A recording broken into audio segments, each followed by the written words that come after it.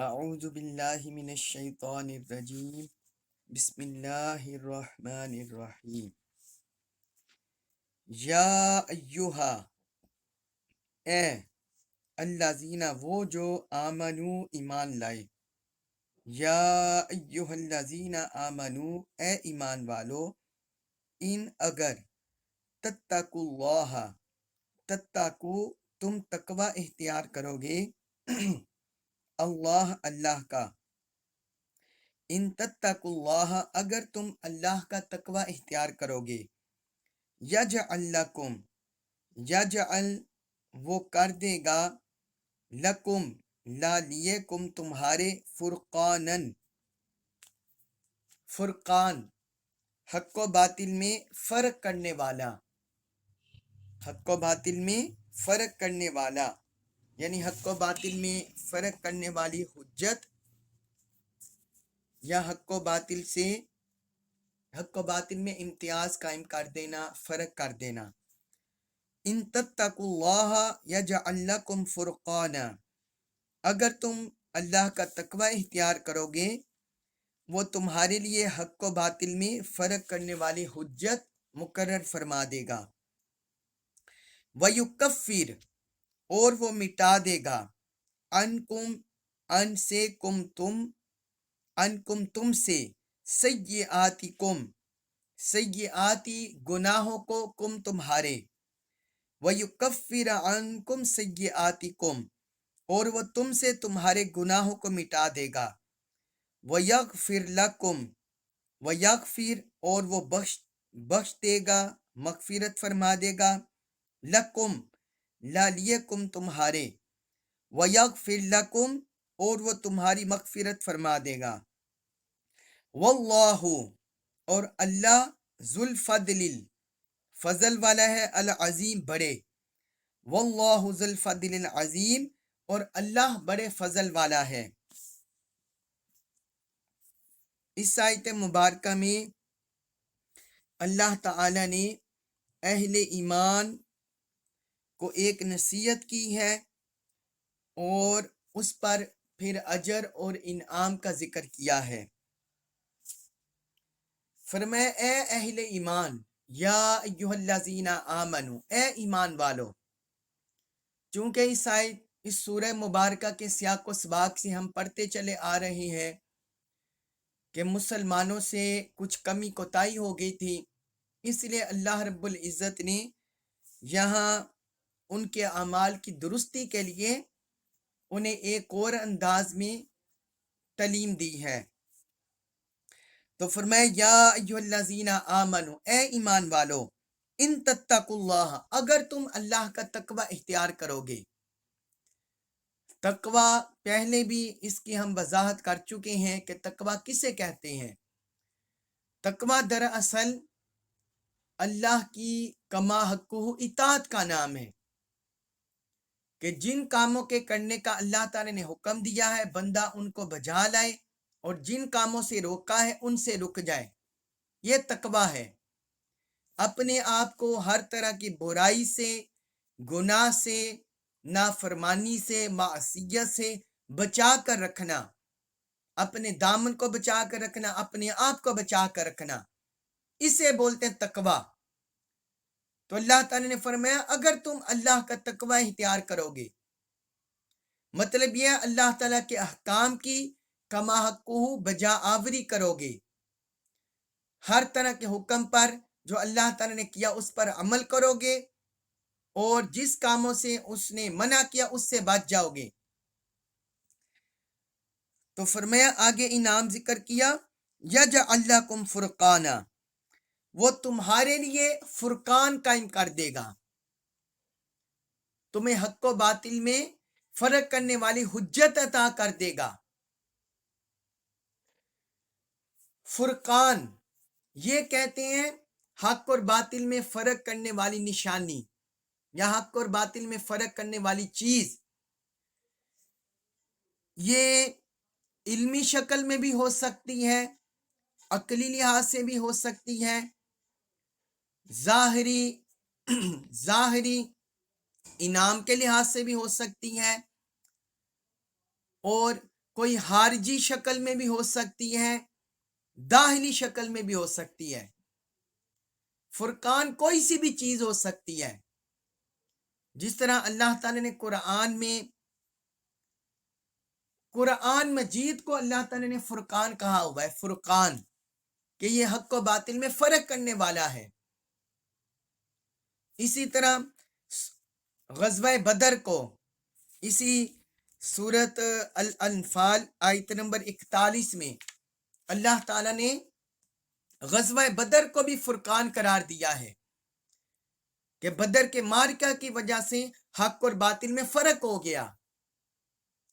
پھر تورات اور انجیل جو اللہ تعالیٰ نے پہلی کتابیں اتاری، اللہ تعالیٰ نے انہیں بھی فرقان قرار دیا ہے کہ ان کی جو اصل تعلیمات، حقیقی تعلیمات، اس سے بھی انسان کو حق اور باطل کی تمیز کا پتہ چلتا ہے۔ تو یہاں اللہ تعالیٰ نے فرمایا کہ اگر تم اللہ کا تقوی اختیار کرو گے تو اللہ تعالیٰ تمہارے لیے فرقان بنا دے گا، یعنی حق و باطل میں حجت تمہیں مل جائے گی، حق اور باطل میں فرق کرنے والی حجت تمہیں نصیب ہو جائے گی۔ تمہیں پتہ چل جائے گا کہ حق کیا ہے، باطل کیا ہے، خیر کیا ہے، شر کیا ہے،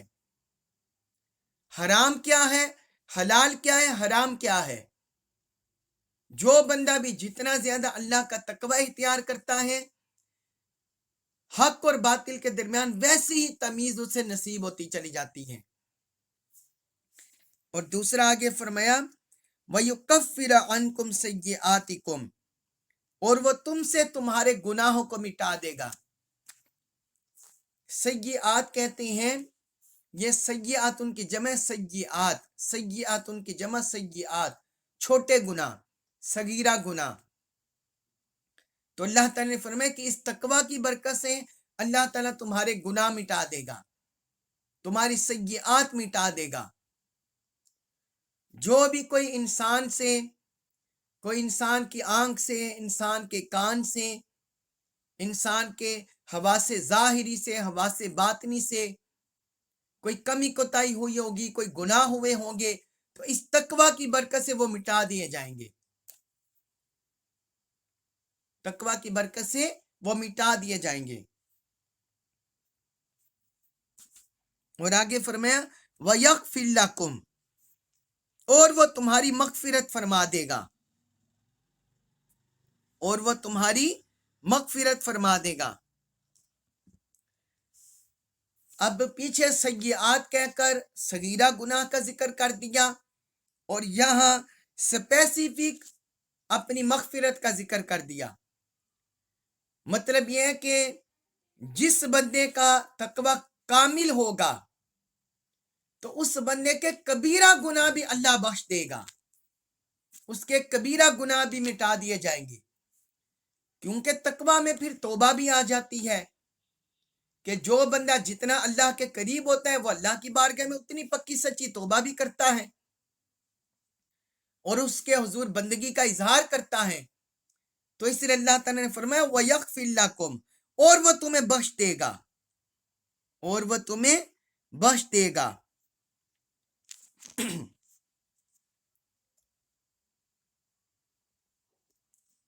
اور وہ تمہیں بخش دے گا۔ اور پھر آگے فرمایا وَاللَّهُ ذُو الْفَضْلِ الْعَظِيمِ، اور اللہ بڑے فضل والا ہے۔ مطلب یہاں اللہ تعالیٰ نے اپنے فضل کا ذکر کیا، فضل عظیم کا، کیونکہ بعض انسان گناہ کر کے وہ یہ سوچتے ہیں اگر میں اللہ کے حضور گر گراؤں گا، روؤں گا، پھر میری بخشش ہوگی، یا فلاں نیکی کا عمل کروں گا پھر میری بخشش ہوگی، کوئی اچھائی کے کام کروں گا پھر بخشش ہوگی۔ تو اللہ تعالیٰ نے فرمایا کہ اللہ بڑے فضل والا ہے، اس کے بے شمار خزانے ہیں، وہ جس کو چاہے کوئی چھوٹی سے چھوٹی نیکی سے اس کو بخش دے، کوئی چھوٹے سا چھوٹا عمل کر دے تو اس کی بخشش فرما دے۔ جس طرح وہ بنی اسرائیل میں ایک فاحشہ عورت کو اللہ تعالی نے ایک کتے کو پانی